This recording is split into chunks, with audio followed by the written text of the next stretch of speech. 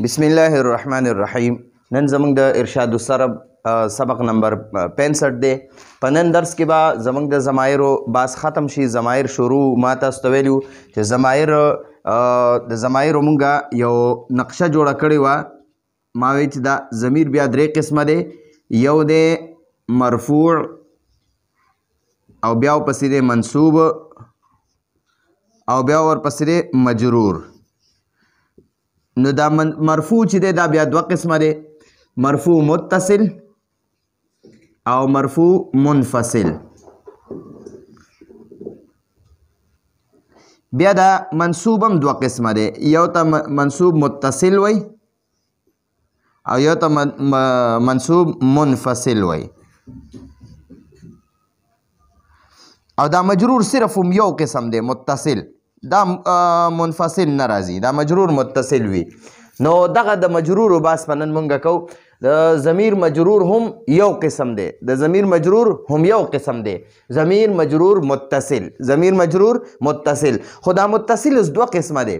دا ضمیر مجرور متصل دوه قسمه دی، یا به د یو اسم سره متصل وي، هغه اسم به د لپاره مضاف وي، او یا به د حروف جاره سره متصل وي. نو اول د ضمیر مجرور متصل تعریف کو.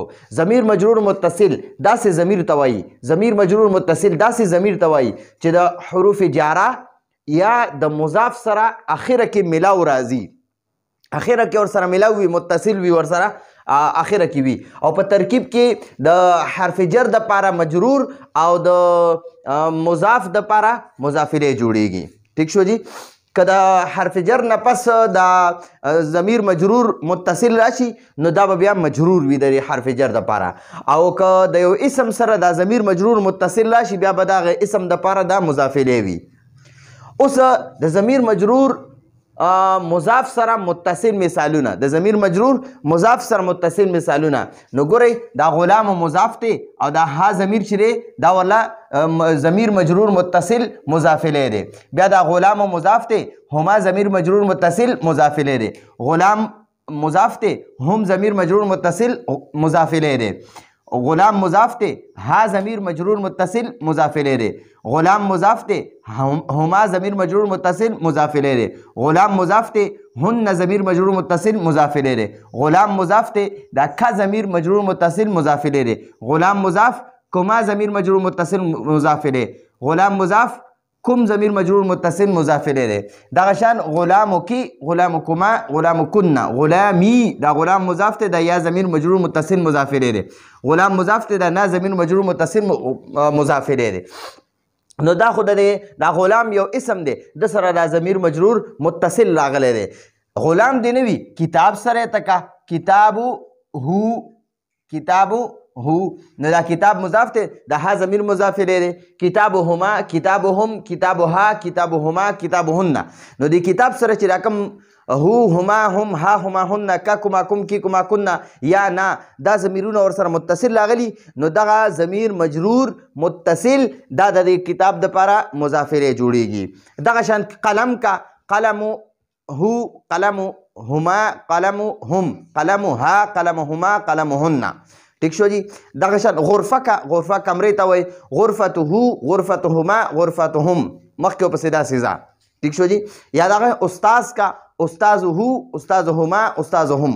چې کوم یو اسم هم راخلي هغه سره دا ها هما هم ضمیرونه متصل لګوه، نو دا ضمیر مجرور متصل هغه اسم د پاره مضاف الیه جوړیږي.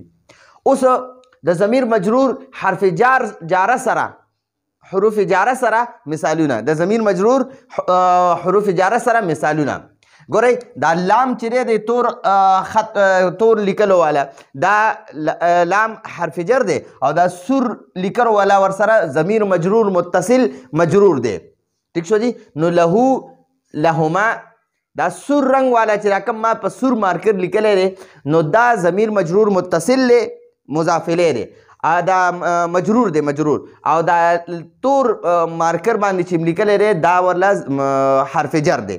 نو دا لام حرف جر، ها ضمیر مجرور متصل مجرور دی. لام حرف جر، هما ضمیر مجرور متصل مجرور دی. لام حرف جر، هم ضمیر مجرور متصل مجرور دی.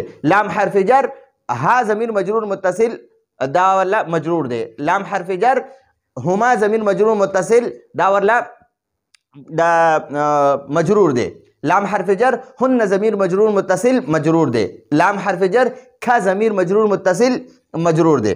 دا سیده ټول ځای پر لی لنا پورې لی دا لام حرف جر دا یا ضمیر مجرور متصل دا ورلا مضاف دا مجرور دی او لام حرف جر دا نا ورلا ضمیر مجرور متصل مضاف دا مجرور دی مجرور.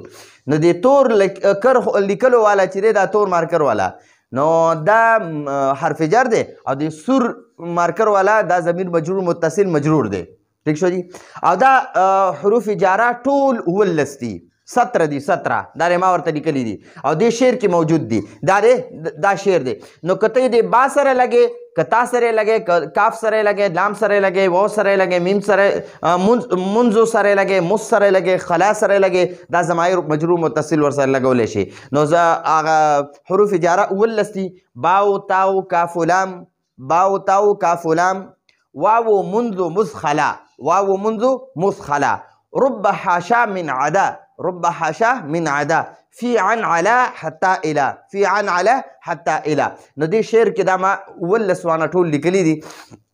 دا شعر په یاد کوي نو دا ولس وانه ټول حروف جاره به درته یاد وي. او دا زمونږ د ضمائر باس مکمل ختم شو. ان شاء الله دې نه پس درس کې به مونږ د تنوین والا اول قانون وایو. قانون چې کوم اولنی دی د تنوین والا نو ان شاء الله هغه قانون به وایو. نن نه پس ان شاء الله قانونونه شروع شي نو روزانه به 2-3 قوانین روزانه حل کوو ان شاء الله. راتلونکي درس پر اجازه غواړو. هذا هو المرام والله اعلم بحقيقة الكلام.